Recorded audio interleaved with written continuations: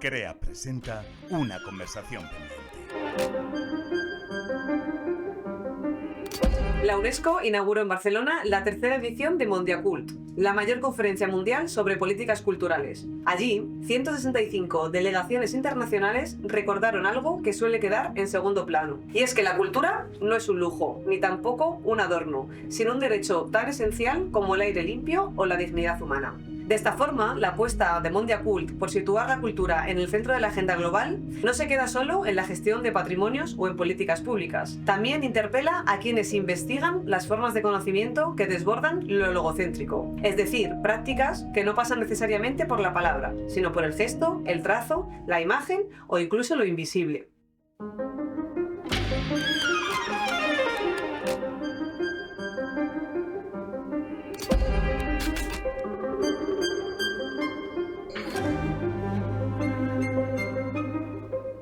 Cuando en un encuentro global como Mondiacult se insiste en que la cultura es una fuerza de transformación y de paz, inevitablemente surge la pregunta: ¿qué lleva a alguien a dedicar su trabajo, su tiempo y su vida a explorar precisamente estos otros modos de conocer? Para responder a esta pregunta, hoy hemos querido invitar y contar con la presencia de Ignacio Tejedor y de Laura Fernández Ghibellini, artistas plásticos y agentes culturales, además de profesores de la Universidad Complutense de Madrid en la Facultad de Bellas Artes, y que esperamos que hoy, en esta entrevista, compartan un poco más de su experiencia en el área con nosotros.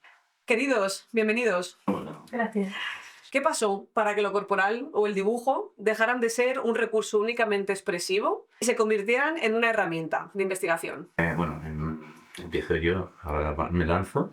Yo creo que hay una forma de expresarse a través de las posibilidades que nos permite el cuerpo, el dibujo más concretamente, pero que es los trazos que podemos elaborar con las manos, que no deja de ser una traducción de la realidad que percibimos, cómo la procesamos desde nuestra parte consciente y la elaboramos una realidad nueva que puede ser lo que es un trabajo artístico o un dibujo sin esa magnitud de la palabra artística.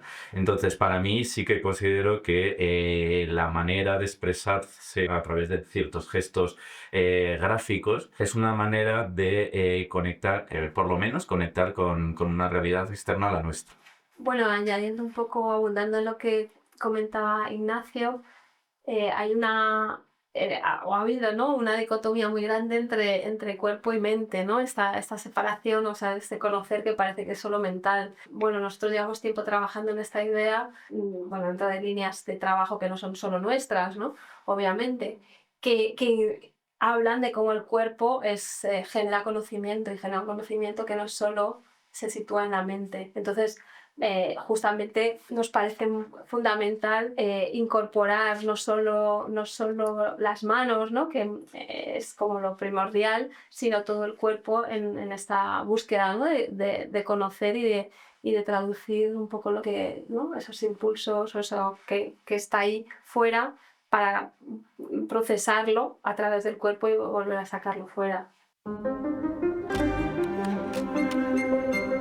Bueno, queremos conocer un poco más de vosotros ahora que ya hemos tenido nuestro primer acercamiento, porque nosotros defendemos pues, que detrás de cada investigación o de cada proyecto, y sobre todo detrás de la ciencia, hay personas humanas, que muchas veces parece que solo salen papers, ¿no?, de nosotros, que también tienen pues, sus obsesiones, sus influencias y, bueno, también supongo que tendréis vuestras manías, ¿no?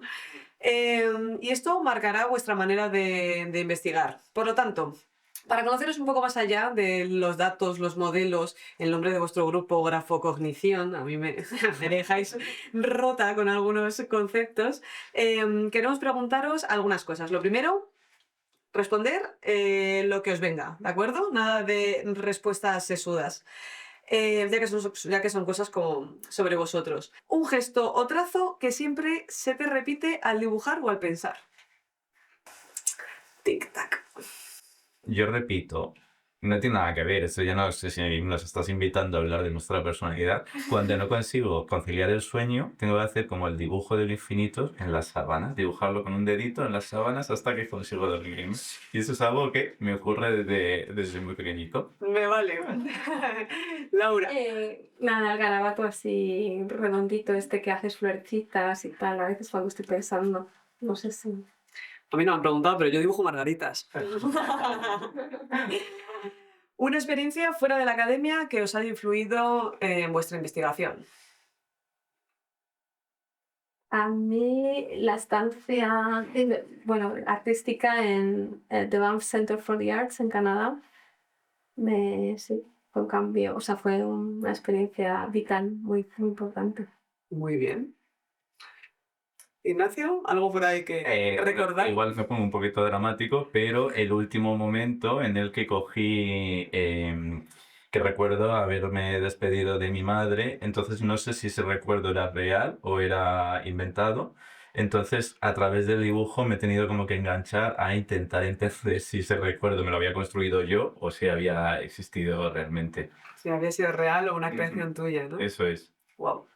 Un libro, película o canción que sientes que dialoga con tu manera de investigar, con vuestra manera de investigar. Sin pensar me viene The One I Love de R.E.M. Ujú. ¿Qué te inspira cuando...? No, me acaba de venir ahora. Perfecto, lo primero que me viene a la cabeza, o sea, soy súper obediente. A mí me ha venido, que no recuerdo el autor y no sé si voy a saber decir bien el nombre, pero es La vida es una caída en horizontal. Ajá. Y bueno, es una película completamente surrealista, una película clásica en la que como siento que puedo estar, me queda ahí en esa película. Es bonito, ¿eh? Quererte quedar en un relato. Un mito o malentendido sobre tu campo académico que siempre has querido desmontar. Por ejemplo, nosotros aquí en esta facultad tenemos un buen mito y es que se supone que esto era una cárcel de mujeres. No es dentro de... Pero no, es una arquitectura brutalista, muy premiada y para algunos no muy bonita y para otros, bueno, esto depende de lo que concibas tú de una obra, ¿no? Pues para mí hay una cosa que es el saber dibujar bien. Es como esperan que por investigar en dibujo tenemos que hacer unos retratos hiper realistas, casi que un realismo fotográfico, o de tener que hacer caricaturas, ¿no? También hay gente que me dice, ay, haz una caricatura. Hay gente que se especializa o que trabaja en el dibujo para hacer caricaturas, pero eso es... Bueno, no tiene nada. Bueno. Sí, sí, pero es un buen mito, ¿eh? Sí, sí. De hecho, yo pienso que los dos tenéis que dibujar de puta madre. Si no, no podéis estar en Bellas Artes. A mí la idea está de que pintar es muy relajante. Yo ya no pinto, hace mucho tiempo que no pinto, pero recuerdo que o sea, y cuando estudiaba la carrera, ¿no? Todo el mundo decía, ¡ay, qué Bellas Artes, qué bonito! ¿No? Y como que qué relajante es, pues no, ¿no? O sea, si estás... Claro, si estás pintando por un ocio, sí, pero si estás pintando para llegar a otra cosa y pensando, es muy intenso, ¿no? Pintar o dibujar. Quiero decir pintar porque pintar la gente como que lo tiene más fresco, o sea, más cercano, ¿no? Parece que el dibujo hay siempre como, no sé, otra cosa. Y querría añadir algo también que incluso puede sustituir al anterior, que es la idea de que los artistas somos personas vehementes, pasionales, Sí. completamente excéntricas, en las que abordamos la creación artística desde el impulso, el arrebato, cuando creo que dentro de mi entorno de artistas a los que admiro, en absoluto se da esa situación tan... Puede ser gente normal y corriente, ¿no? Incluso bastante meticulosa, trabajadora en un sentido muy direccionado. Y si vuestra investigación fuese una imagen, un objeto o un gesto, ¿se os viene alguno a la cabeza? O una forma, cualquier cosa. Para mí sería un estornudo. Vaya, que no es excéntrico, dice. Explícate, Ignacio. Algo que de pronto empieza a coger como un picor corporal y hay que sacarlo y hay que estar, o sea, hay que expulsarlo. No sé, es como ¿Cómo explicar un estornudo? Ya. Os- Esto es cuando tú vas a hacer un cartel, ¿no? Un diseñador gráfico va a hacer un cartel y tiene que pensar en un icono que refleje el título de lo que, del cartel, ¿no? O de el título de la ponencia, o de un... Ahí es cuando piensas, ¿no? Siempre como en esos iconos que pondrías, e intentas salirte un poco de los prefijados, ¿no? Los estereotípicos. Entonces eso sería un poco, pues, representar un estornudo, ya me dirás cómo lo hacemos en un cartel. Laura, ¿algo que añadir? Em, yo estaba, bueno, ahora yo creo que influida por el estornudo, me ha venido también la idea del bostezo, ¿no? Pero por el bostezo no por el aburrimiento, sino por ese extra de oxígeno para despejar el cerebro, ¿no? De alguna manera. Y tampoco sé cómo representarlo sin que parezca que somos aburridísimos, ¿no? Claro, igual va por ahí, no sé. Ese es un, bueno, es un problema que tenemos en la academia, ¿no? Y en la universidad, que, bueno, que a veces que nos cuesta, aparte de no parecerlo, no ser aburridos cuando hablamos sobre lo nuestro. Bueno, vamos a ahondar un poco más en vuestras investigaciones. Preguntas curiosas. ¿Hay algún resultado de investigación que os haya sorprendido a vosotros mismos? Yo creo que siempre, ¿no? Porque, bueno, yo parto de la base, por lo menos, no solo bueno, en el aula, desde luego, y en mi práctica artística, que no busco un resultado prefijado. Entonces, siempre lo que aparece sorprende, ¿no? Y es totalmente nuevo, ¿no? Y es que, Claro. bueno, a veces es totalmente nuevo, otras veces no es totalmente nuevo porque igual ya hay un proceso establecido y sí que es verdad que puedes anticipar un resultado, pero en mi experiencia sí que hay cosas que aparecen que son incómodas por inesperadas, ¿no? Y como que te tienes que acostumbrar a ellas y eso es una cosa muy interesante porque aparece algo que no sabes muy bien lo que es, pero que en esa intuición que ha salido antes intuyes que las cosas van por ahí, ¿no?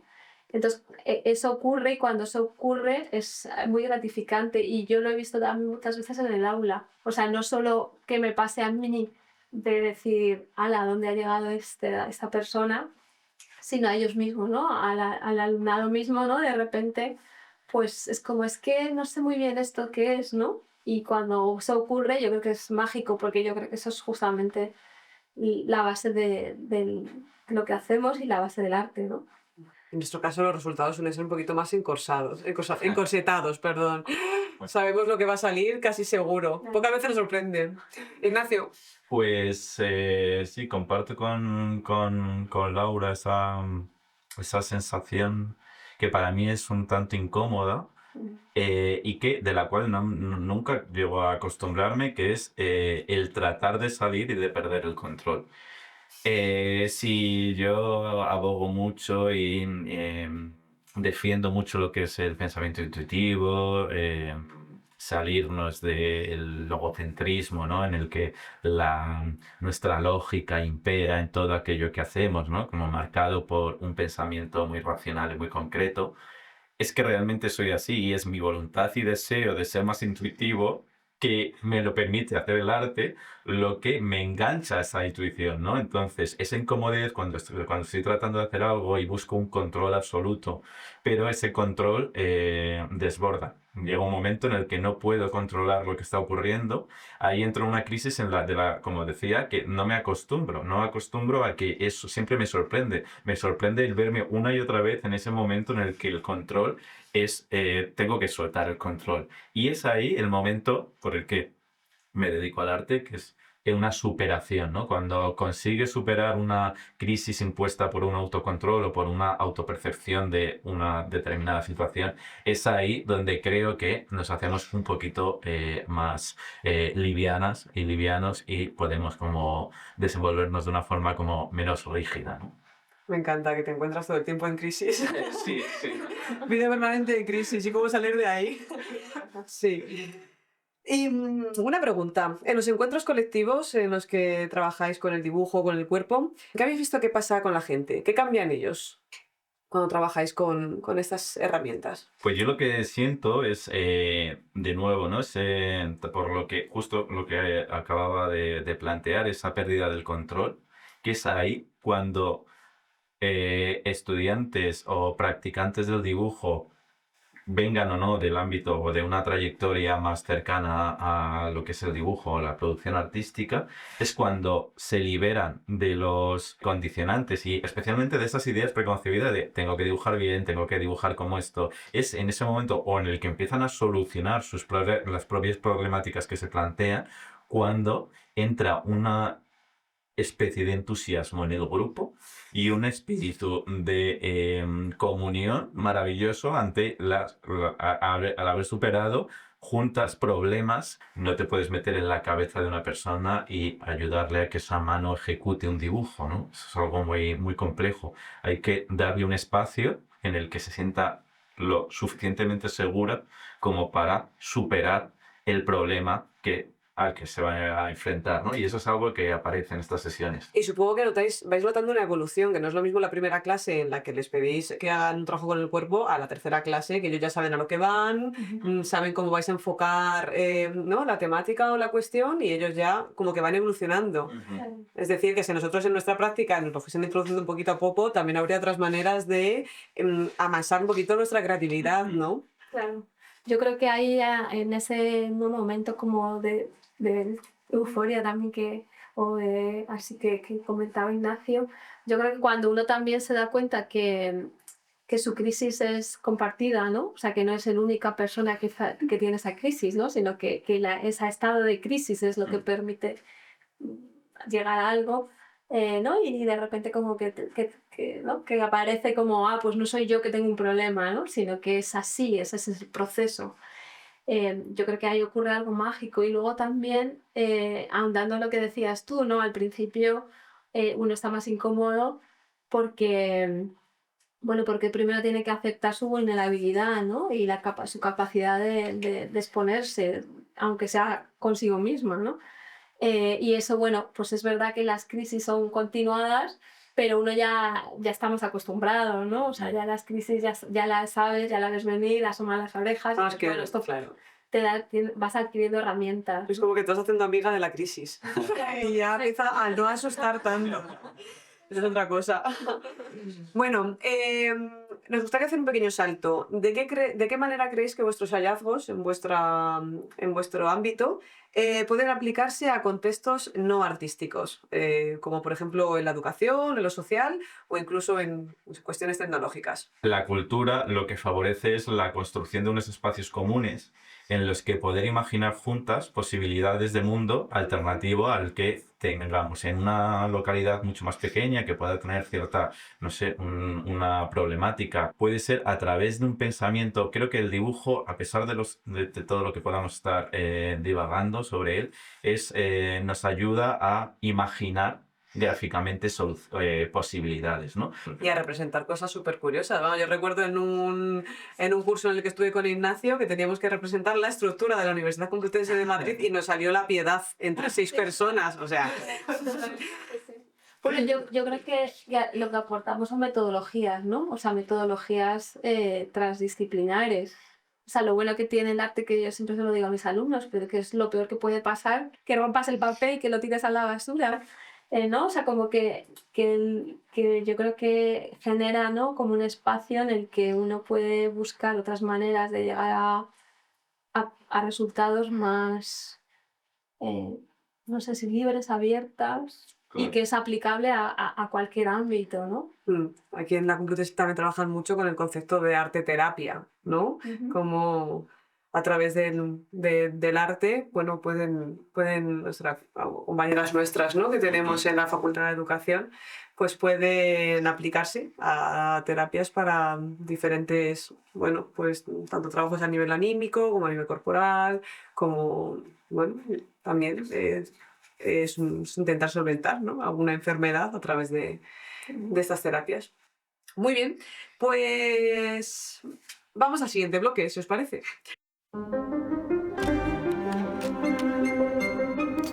En cada campo de investigación circulan ideas que se repiten una y otra vez. Algunas son ciertas, otras están llenas de matices y muchas directamente son mitos. Para despejar dudas y romper tópicos vamos a abrir el bloque de mitos y verdades. Lanzaremos algunas frases rápidas que suelen circular en diferentes contextos con el ánimo de conocer vuestras apreciaciones de si son ciertas, falsas o si necesitan una explicación un poquito más compleja. Vamos allá con la primera. El arte no produce conocimiento, solo es expresión estética. Falso. ¿Y por qué? Que aquí los especialistas sois vosotros. Es abrir un melón muy grande este, ¿no? Pero una de las respuestas de los caminos para pensar sobre cómo responder a ello puede ser qué entendemos por conocimiento. Es decir, si entendemos por conocimiento, pues no sé, la resolución de un problema matemático, pues no sé si el arte genera ese conocimiento, pero si hablamos de un conocimiento más enfocado, ¿no? Cómo ha salido aquí, en lo subjetivo, en lo intuitivo, ¿no? Y empezamos a despertar la complejidad del ser humano, ¿no? Y todas las capacidades que podemos tener para entender el entorno. Entonces, evidentemente, el arte y el dibujo genera conocimiento. Segundo mito. Vamos a por él.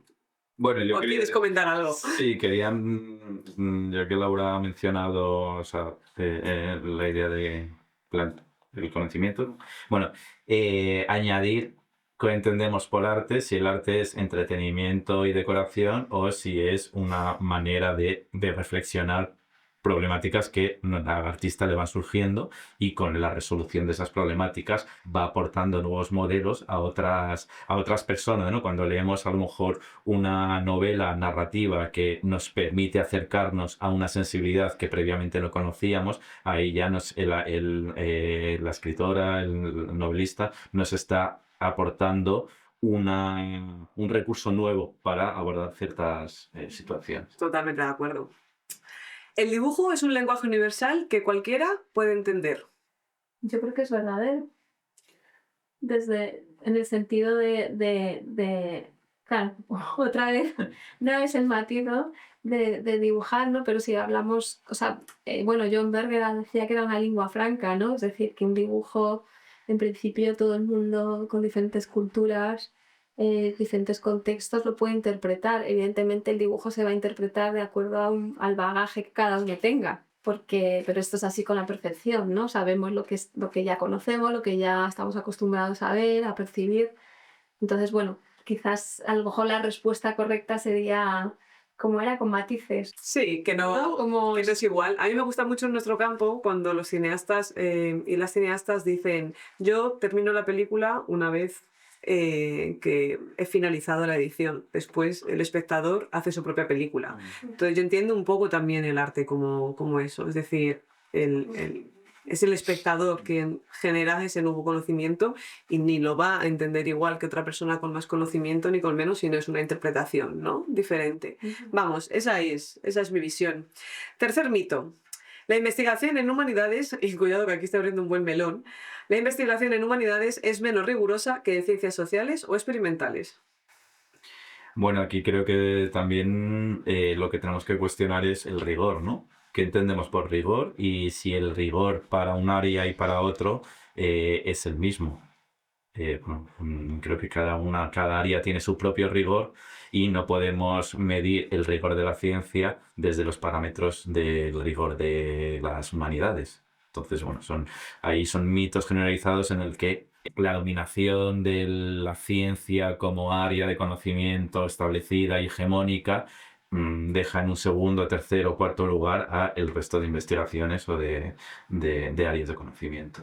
Exactamente, porque aquí también, que esto es un melón importante, ¿no? Es decir, ¿qué ocurre con vuestros productos artísticos o en nuestro caso los nuestros, ¿no? Las producciones audiovisuales, los documentales, los videopodcasts, lo que estamos haciendo ahora mismo.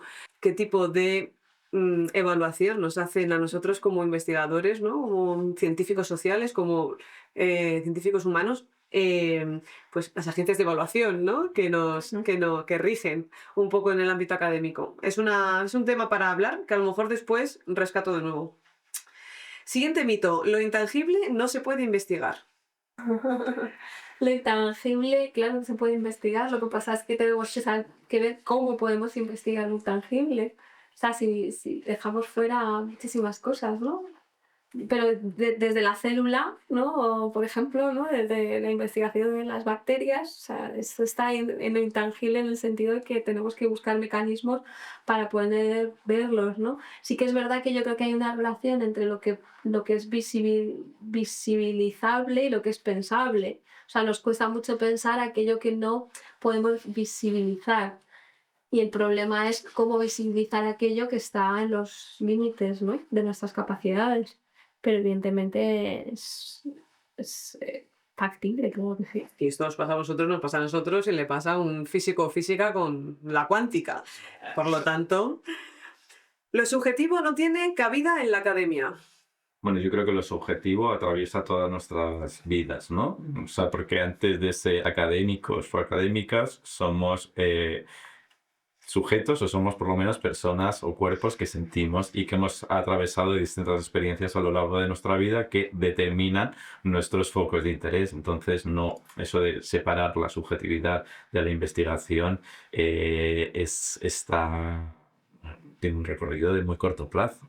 Porque bueno, llega un momento en el que para solucionar ciertos dilemas morales que se pueden dar en ciertas investigaciones, tenemos que recurrir a nuestra experiencia como personas y como ciudadanos. Y además estar en crisis constantemente. Siempre queremos crisis. Nosotras dramáticas. Si no se publica un paper indexado, no cuenta como investigación. Aquí podemos quitarlo de indexado. Si no se publica un paper, no cuenta como investigación. Bueno, no cuenta para qué, ¿no? O sea, quiero decir que no cuenta para los puntos que tenemos que hacer ¿no? En esta, ¿cómo se dice? Esta vida académica, esta trayectoria universitaria. En esta superexposición a la superproducción académica, que desde mi punto de vista no tiene ningún sentido, pero es otro tema que podemos... no ha quedado para mucho, pero sí, evidentemente. Bueno. Sí, en nuestras áreas es difícil de evaluar, es difícil de, bueno, sobre todo porque nos regimos, ¿no? Por un pensamiento que está muy dirigido pues, a las ciencias experimentales, ciencias de la salud. Es decir, yo tardo en hacer un paper 3 meses y tardo en hacer un documental 2 años. ¿Cómo se evalúa, ¿no? En mi caso, mi producción artística y mi producción académica. Bueno, creo que estamos en un momento de hibridación de los modelos y cada vez estamos siendo un poquito más escuchados, aunque mínimamente. Sí, pero bueno, al final también dependemos de unos códigos de legitimación que funcionan tanto en el ámbito de la academia como en el ámbito del arte contemporáneo, ¿no? Se visibiliza y se permite dar recorrido a ciertos temas. Es una cuestión también que tiene que ver con los paradigmas en los que nos situamos. ¿Mito o verdad? La emoción y la intuición no son formas válidas de conocimiento. Yo creo que es falso, ¿no?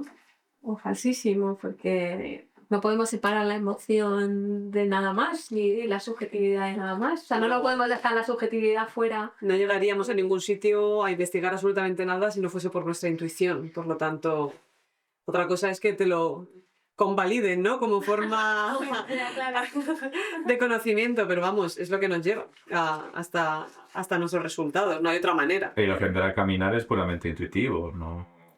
Hay ciertos conocimientos que solo se accede a ellos desde la intuición y desde el fallo y el error. Pues ahí.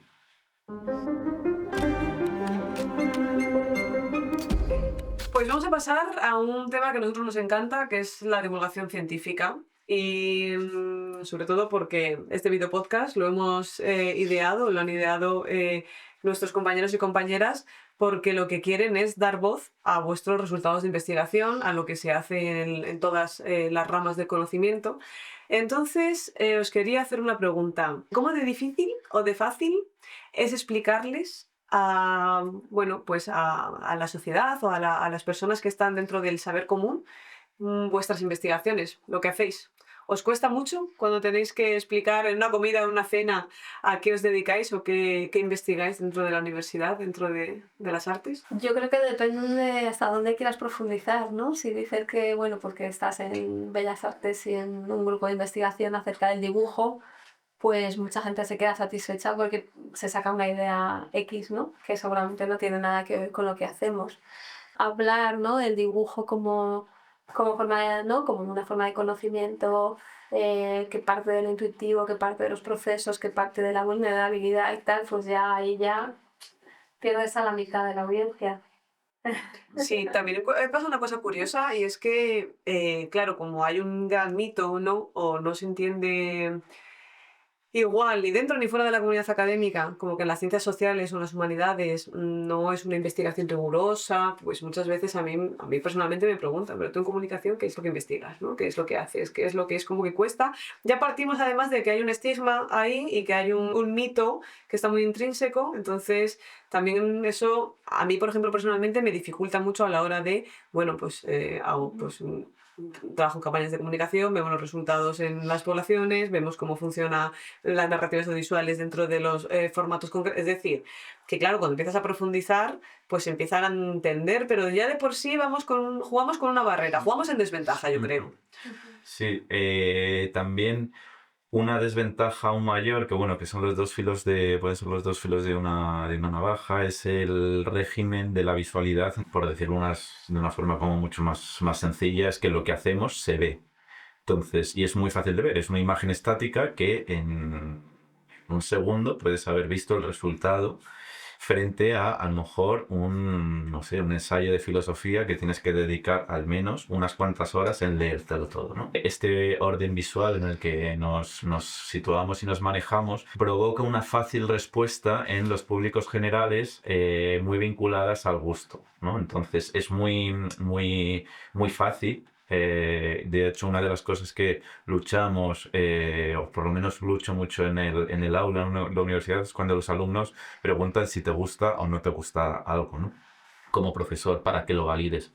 Creo que la cuestión del gusto en el ámbito de la investigación en arte y también, bueno, incluso en el ámbito del arte, en el circuito del arte contemporáneo, la cuestión del gusto tiene que dejarse en un lado y hay que crear un cierto esfuerzo, una cierta implicación para saber qué es lo que se está compartiendo más allá de la formalización visual que se nos presenta.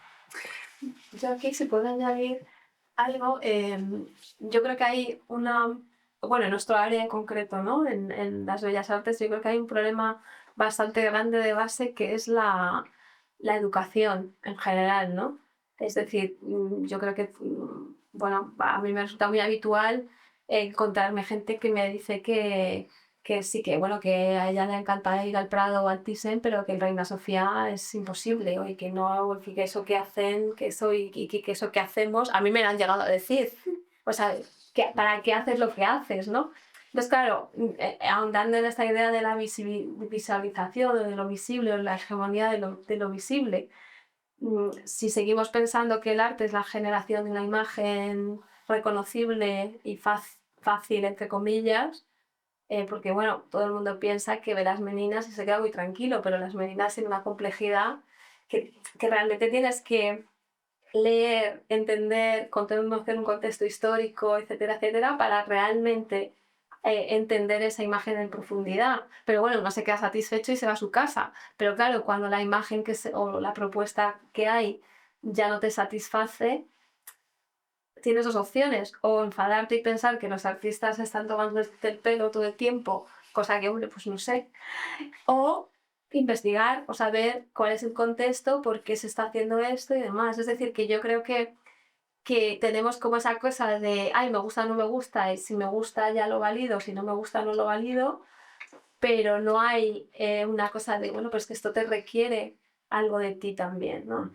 Y ese requerir algo de ti también es lo que va a hacer pues que justamente tú también puedas, no sé, avanzar, enriquecerte, ¿no? Pero claro, si esperamos siempre, ¿no?, productos que no son los del arte, o sea, el arte está para otras cosas. Yo creo que el arte está justo pues para generar un impacto que te haga pensar, no digo intelectivamente o no intelectivamente en exclusiva, sino con todo tu ser, con todo tu cuerpo, con todas tus entrañas. Entonces, claro, ahí hay un problema, ¿no? O sea, ya te digo, si la mayoría de la gente, pero yo tengo amigos arquitectos que piensan, joder, pues será gente que está, y no, o sea, es como que no, es que esto para qué, o esto no tal, es que no hay una permeabilidad, porque no hay una educación, ¿no? O sea, como que parece que el arte termina, ya, bueno, Picasso ya, hostia, no sé. Es que también en este sentido luchamos o tenemos en nuestra contra una historia muy enraizada de la que no podemos liberarnos tan fácilmente. Entonces, como, volviendo al origen de la pregunta para ser un poquito más concretas en este sentido, nuestra manera de divulgar es desde la praxis, es desde procesos, compartiendo nuestros procesos por un lado, proponiendo estas sesiones de dibujo colectivo, no solo en el ámbito académico, en centros educativos externos, en centros de arte, en museos, no sé, hablaría también de casas de acogida, cualquier lugar donde la ciudadanía pueda acercarse a la práctica del dibujo, ¿no? Y desde ahí ir pudiendo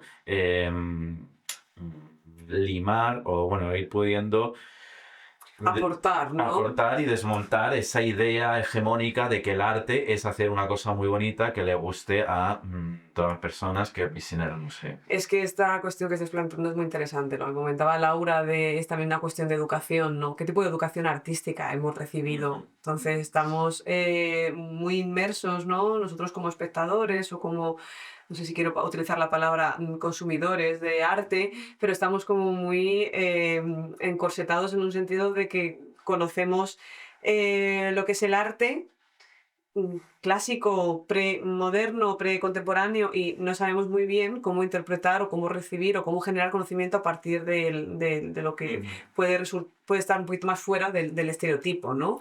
Entonces es complicado. En este sentido, déjame simplemente hacer una puntualización también un poquito de propaganda divulgativa de lo que hacemos.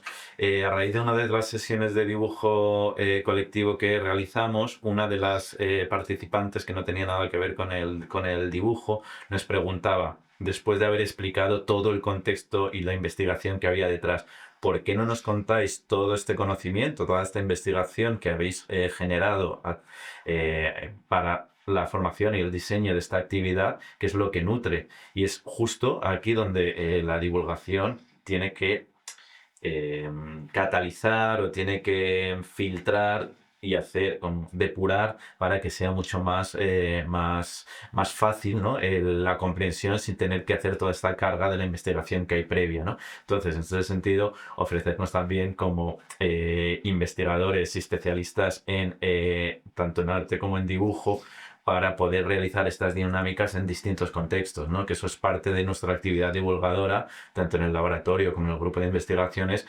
encontrarnos o ofrecernos o ofrecer estas sesiones en contextos que no sean los puramente académicos. ¿Vosotros creéis que es más fácil para vosotros hacer divulgación que para otra rama del conocimiento, como pueda ser físicas, matemáticas? Ya dado que vosotros tenéis un producto que es mucho más visible, ¿no? O tangible o artístico. Porque esto es un mito que hay alrededor de la comunicación y la verdad es que me interesa saber qué pensáis.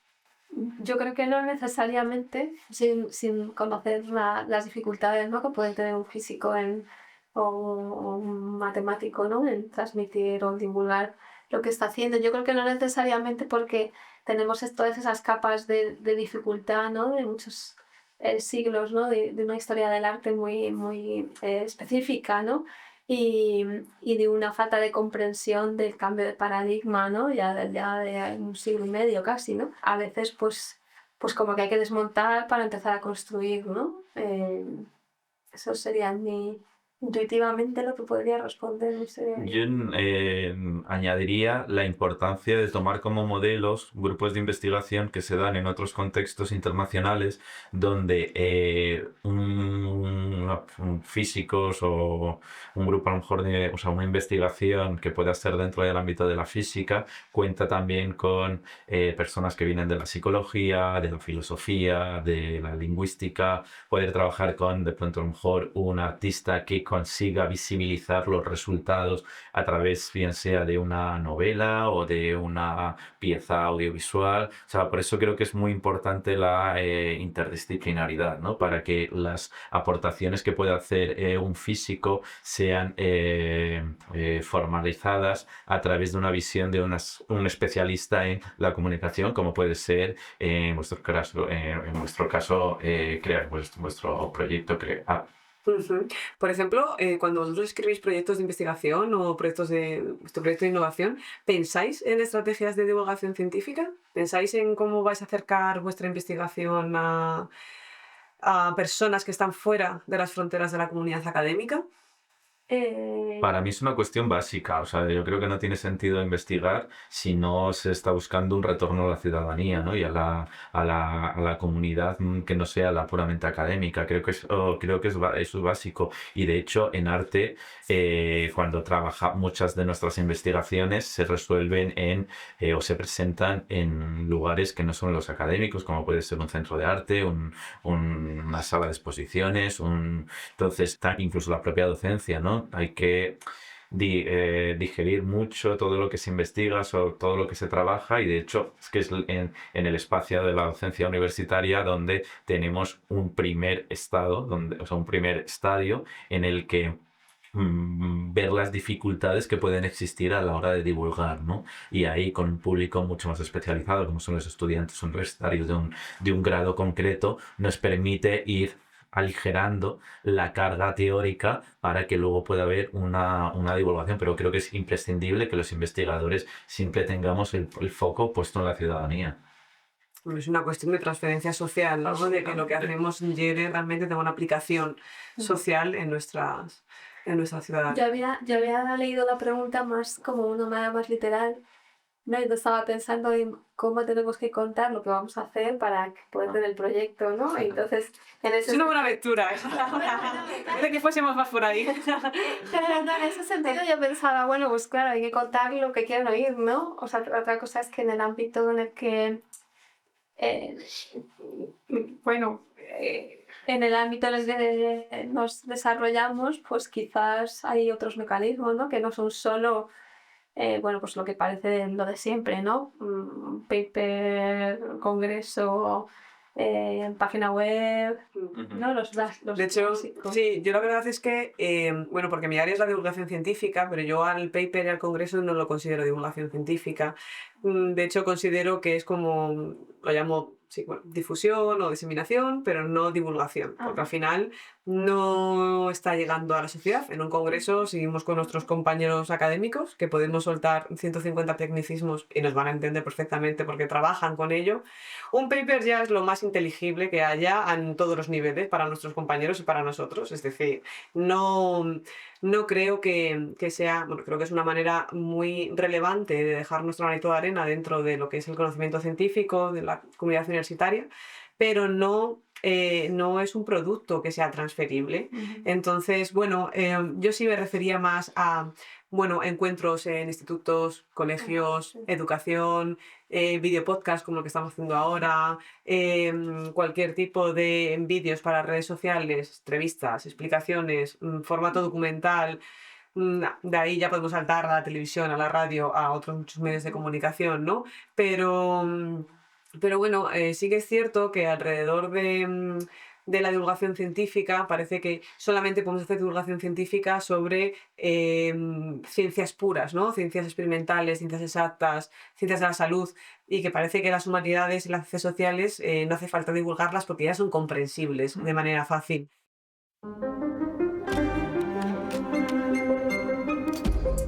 Bueno, pues vamos al último bloque, vamos a ir cerrando nuestra conversación y vamos a lanzar una dinámica ligera que nuestro compañero Jason ha elaborado y ha construido con mucho tiento, y voy a lanzar una serie de preguntas y la respuesta es o A o B y no hay argumento.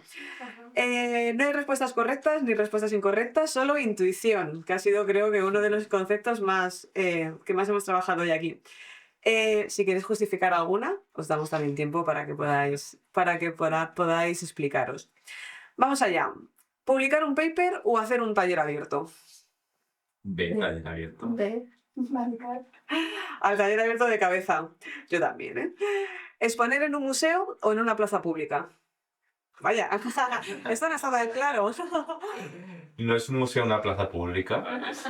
Ya está Ignacio con sus crisis permanentes. Y la interdisciplinaridad. Entonces, contamos Plaza con pública. su amplia concepción, ¿no?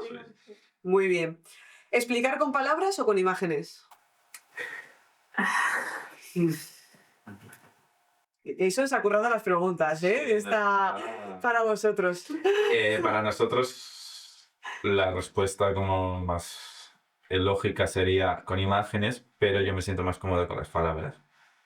Claro, es que explicar, o sea, yo creo que o sea, se piensa de una manera en imágenes y de otra en palabras. O sea, yo creo que bueno, también estamos hablando o retomando la idea de divulgación y perdona que lo meta aquí ahora, ¿no? O sea, otra de las cosas en las que estamos pensando mucho últimamente es cómo contar lo que se hace, ¿no? Y cómo la palabra no tiene que ilustrar la imagen ni al revés, ¿no? Sino cómo la palabra también construye o puede ayudar, ¿no? A generar y a construir un poco ese conocimiento del que hablábamos, ¿no? Y permite una divulgación en un sentido o en otro, ¿no? Entonces ahí, no sé, sería... Pues que una imagen aporta muchos matices que la palabra a veces se queda un poco... Claro, yo soy investigadora audiovisual, ¿no? Entonces yo explico algo y inmediatamente después va un audiovisual. Entonces, es... Sí, pero bueno, nosotros, por ejemplo, el otro día hablábamos en clase por ejemplo, de la importancia del título, ¿no? En una obra, o sea, una pieza no es lo mismo si tú la llamas, o sea, sitúas ¿no? a la persona en una onda de pensamiento muy diferente, ¿no? Si es un sin título o si es una Marina o si es Soledad, un cuadro azul, ¿no? Si te pones Marina, pues ya estás enfocando, ¿no? Su pensamiento hacia un lugar o a otro, ¿no? No sé. Sí, creo que ha sido importante lo que has dicho de que nosotros estamos más dentro de lo que es el pensamiento desde la imagen, que luego la explicación a lo mejor no la usamos, o sea, nuestra forma de pensar es desde la imagen, pero de explicar y de comunicar no tiene por qué ser la imagen. Si la pregunta va como encaminada a esa idea, ¿no? Que por trabajar en el ámbito de las artes visuales, de las artes plásticas, es la imagen nuestra forma de explicarlos, no tiene por qué ser. La imagen es la forma de pensar. Tuche. ¿Twitter o X o TikTok? Yo nada, ninguno.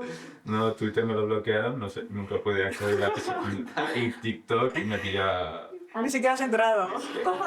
De uno lo han echado y del otro ni siquiera has podido entrar. Y por último, ¿proceso o resultado? Proceso. Proceso, siempre proceso. Sí. Eso además que es algo que no estamos criados en la cultura del proceso, estamos criados en la cultura del resultado. Exacto. O sea que... De hecho, sería muy bonito que en lugar del resultado que va a dar este podcast, que la gente hubiese podido participar de todos estos momentos que hemos tenido tan agradables entre con todas vosotras, que eso es lo bonito. El proceso. Eso es. Claro que sí. Eso. Bueno, pues hemos pasado por bastantes conceptos y hemos hecho un buen recorrido. Para terminar, queremos haceros la última pregunta. ¿Qué consejo le daríais a aquellas personas que están iniciando su investigación en Bellas Artes o en las ciencias humanas? ¿Por dónde empezar? Sí, no. Sí, pero empezar haciendo, no pensando. O sea, quiero hacer no sé qué, pues hazlo. Y a partir de ahí piensa, ¿no? Y a partir de ahí piensa, y a partir de ahí sigue. Y sigue y acostúmbrate a la crisis, sí.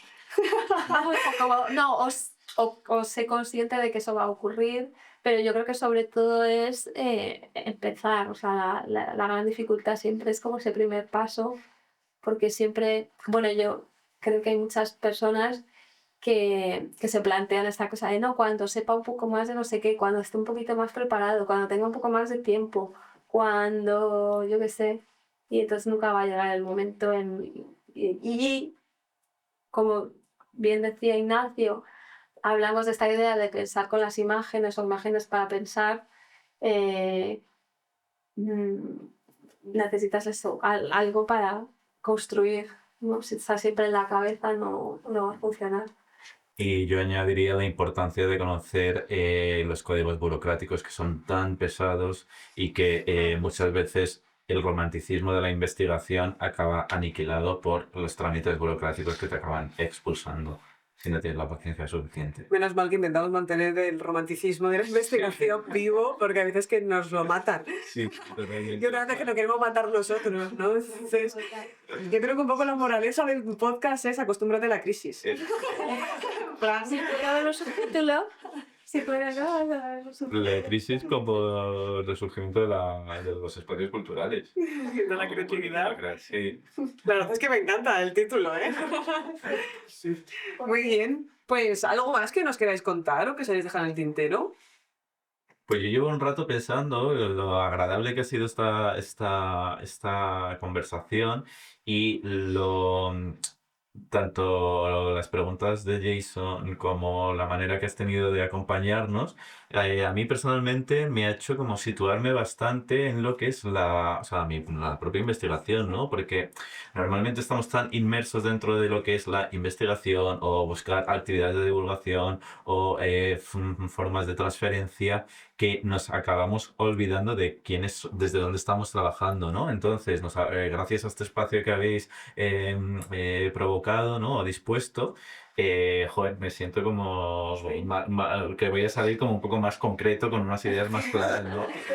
Esto lo llamamos nosotros a veces un poco bajar a tierra, Sí, ¿no? sí, sí. Salir un poquito del mundo de las ideas y decir, bueno, estoy aquí, ¿por qué y para qué? Y esto también, ¿a quién le afecta y a quién le puede, cómo se puede aplicar, ¿no? Sí, sí. Es un buen ejercicio. Sí, también hay una parte de, o sea, como sois tan acogedores, ¿no? Hay una parte de, que yo lo pienso muchas veces, esta cosa de la terapia en el sentido de que, o sea, uno va por también y o sea, escuchas, ¿no? Y cuando escuchas, pues organizas, ¿no? Y también es el espacio también me lo ha permitido. Ujú. Y de hecho, la verdad es que es algo como pensar, oye, pues ni tan mal, ¿no?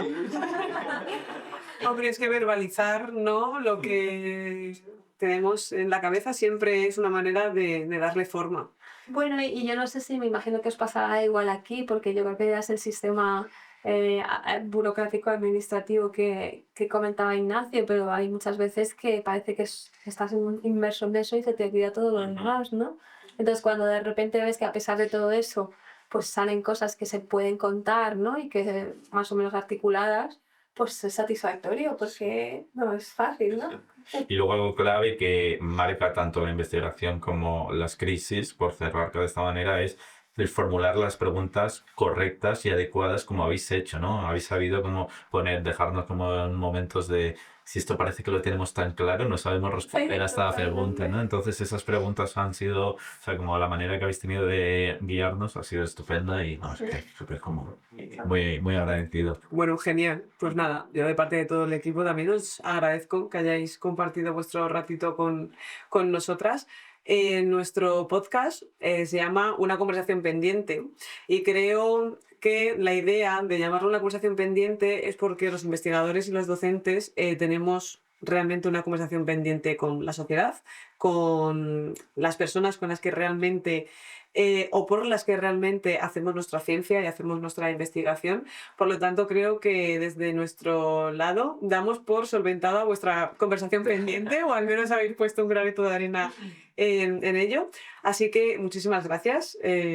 Siempre seréis y sois bienvenidos en la Facultad de Ciencias de la Información y nos vemos en la siguiente, ¿no? Claro que sí, muchísimas gracias. Muchas gracias a todos. Gracias.